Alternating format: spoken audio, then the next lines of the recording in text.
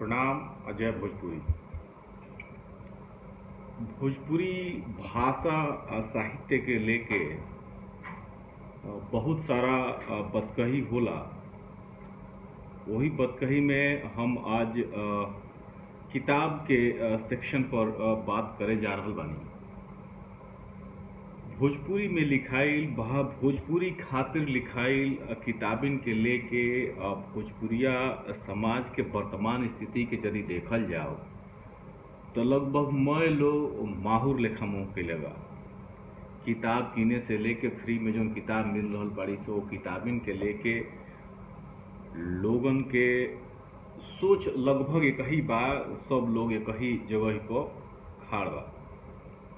कुछ दिन पहले के बात है, एगो किताब अनुवाद किताब रहे जेएनयू से जुड़ल किताब या ओकरा पर बहुत सारा लोग हंगामा कैल कि वो किताब में ऐसा का बा जौना के आखिर पर मतलब आखिर पर वो बारे में चर्चा होता है। तो हम वो विषय के हटा देता नहीं, लेकिन जौना किताब में बा वो विषय पर आखिर पर चर्चा भी होला, आखिर पर लगभग करला। लेकिन जे लोग वो दिन ये बात उठौले रहे जेएनयू वाला किताब के लेके, वो लोग जोन बा एक किताबिन पर कहे चुप बा।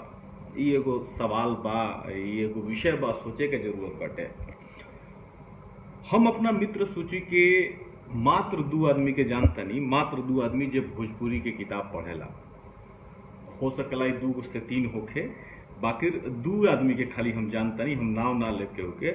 जबकि हमारा मित्र सूची में भोजपुरी के कथा धरता चाहे भोजपुरी से जुड़ल, भोजपुरी के मातृभाषा माने वाला बहुत लोग बाटे। बाकी मात्र हम 2 आदमी के जानते हैं जो भोजपुरी की किताब पढ़ेला।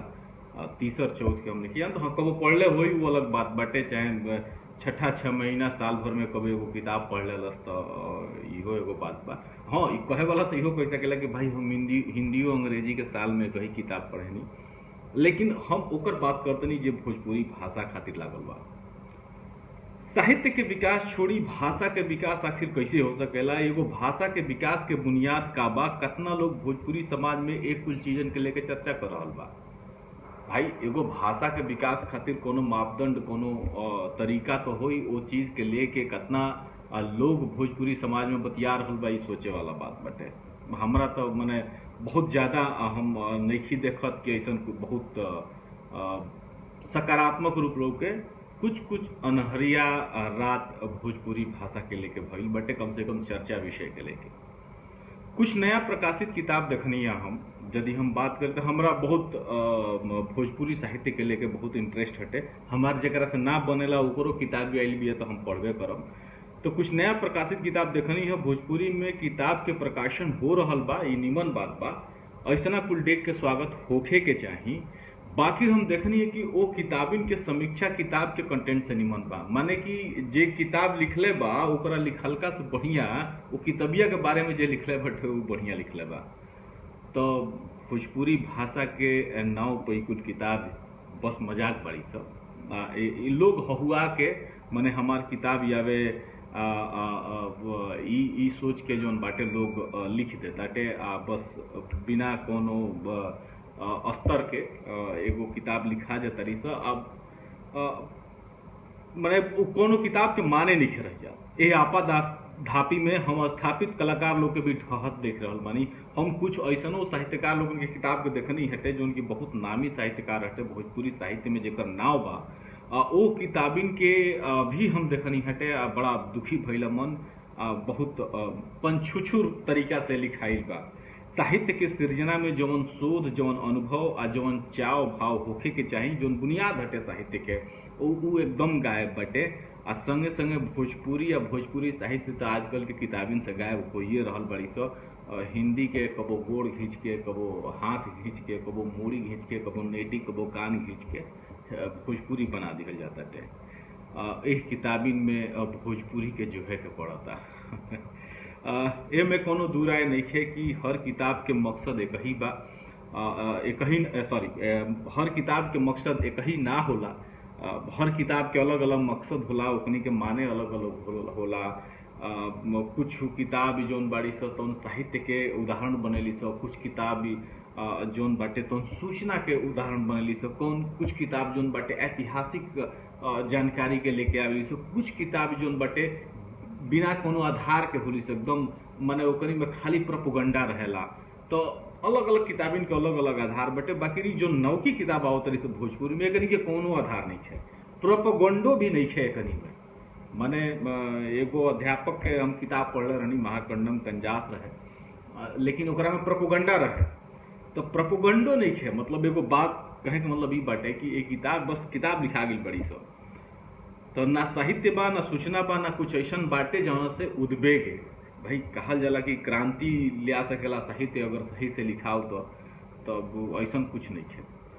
परियार साल भोजपुरी में एगो नया किताब पढ़ले रहनी, फेसबुक पोस्ट के किताब के रूप में प्रकाशित भई रहे। मैंने जो लेखक रहे वो अपन पूरा फेसबुक पोस्ट के जौन बा किताब के रूप दे दिल रहे। बाउर बात नहीं है, ऐसा होखे के चाहिए। अगर फेसबुक पोस्ट वो काबिल बा तो ऐसा होखे के चाहिए। बाकी हकीकत ही बा कि उनकर फेसबुक पोस्टो महावाहियात रहे, आ कितबिया में जो लिखाई कौनो महावाहियात रहे। माने भोजपुरी के नाव पर ना पुचकारल गई रहे ना टिटिकारल गई रहे। सुहरावे के बात माने भोजपुरी देखी पुचकारल आ टिटिकारल जो शब्द हटे तो दूर से होला। ई जोन बात आदमी करेला वो दूर से करेला, बाकी सुहरावे खातिर वो लगे पहुंचे के पड़ी। तो ओकरा में भोजपुरी साहित्य के छुए के भी कोशिश ना रहे। अब बहुत नामी साहित्यकार हैं वहाँ के। भोजपुरी साहित्य के नाव पर जौनो कुछ लोग बा उ स्वार्थी बेसी बा। साहित्यकार भोजपुरी साहित्य से जुड़ल लोग, अधिकतर लोग जोन बा जे स्वार्थी बा, जे खाली अपन कविता कहानी, अपन चर्चा, अपन किताब माने वही में बस वो अजुराई रहता, उ हपो रहता, ओकरा से बहरी निकले के कोशिश नहीं के करत। ढेर निकलत आटे अगर ओकरा से तो वो अपना चिन्हा पर्ची के लोगन के बीच में ही निकलत आटे। ओकर एगो गैंग बाटे, वो गैंग के बीच में रहत आटे। एक चीज के जानकारी रहुआ भोजपुरी के जे युवा चाहे अनुभवी साहित्यकार बाटे ओकरा वाल पर हुआ देख सकेनी। वो एगो लिमिटेड कटोरी में रहता। कटोरी से वो छिपा में जाए लिखे चाहत, वो परात में नहीं जाए चाहत, वो कटोरी या कटोरा में ही अपन दुनिया मान ले बा। एगो जस्ट उदाहरण बा हुआ सब खातिर कि कार्बन स्टील जोन हटे, जोन से पाइप बनेला, प्लेट बनेला, ओकर जोन मेल्टिंग टेम्परेचर हटे 1500 डिग्री सेंटीग्रेड है। 1300 डिग्री पर जोन बाटे पगले लोकल शुरू हो जाला। तो मैंने जो कहल जाला ना कि सेमी लिक्विड सेमी सॉलिड, मतलब जब ओकरा पगले के रहेला तो होला का कि 1300 डिग्री टेम्परेचर जब ओकर जाला तो तनकी सा पगले लगला, मैंने ऊपर के हिस्सा तनी पगले लगी, लेकिन ओकरा में सॉलिडो रहेला, ठोस भी रही आ द्रव्य भी रही, ऐसा वाला स्थिति हटे। लेकिन 1500 डिग्री पर जात वो पघिल जाला। भोजपुरी साहित्य के लेके हम एगो बात उदाहरण के तौर पर लेनी यहाँ। भोजपुरी साहित्य के लेके भोजपुरिया लोग के जोन आपन तापमान बटे साहित्य के लेके रूम टेम्परेचर पर ही, मतलब जो कमरा के जो एगो सामान्य कमरा के टेम्परेचर होला 35-36 डिग्री सेंटीग्रेड, ओकरा पर ये लोग पघिल जाला, जियान हो जाला। मैंने इन लोग के कोनो रूप परिवर्तित ना होला। सॉलिड से लिक्विड होकर चाहे लिक्विड से सॉलिड होके में कुछ बदलाव होके के चाहे ना होला, ये जियान हो जाला लोग। भोजपुरी खातिर इसको अपना आप के बरियार नहीं कर। रुइया मिठाई के रुआ सब मालूम हुई, जो ना कि बम्बैया मिठाई भी कह जाला, मुंह में डाली या बस स्वाद दी और बाद खत्म। तो अस्तित्व में हम लोग के जियान होला। सबसे बड़ बात बाटे कि लोग साहित्य के लेके ये लोगन के साहित्य जोन बाटे स्वादहीन, रंगहीन, गंधहीन बाटे। ये वजह से जोन बा भोजपुरी साहित्य के जो स्थिति भी बहुत बेहतर स्थिति में नहीं लागत। ये चीज के सोचे के पड़ी। और कुता के जोन काम होता ओकरा के लगाम देवे के जरूरत बाटे।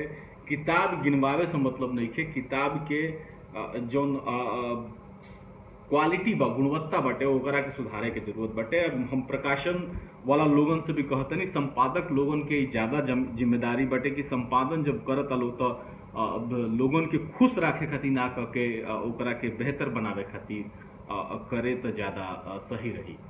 तो आज के बदकहियत में प्रणाम। जय भोजपुरी।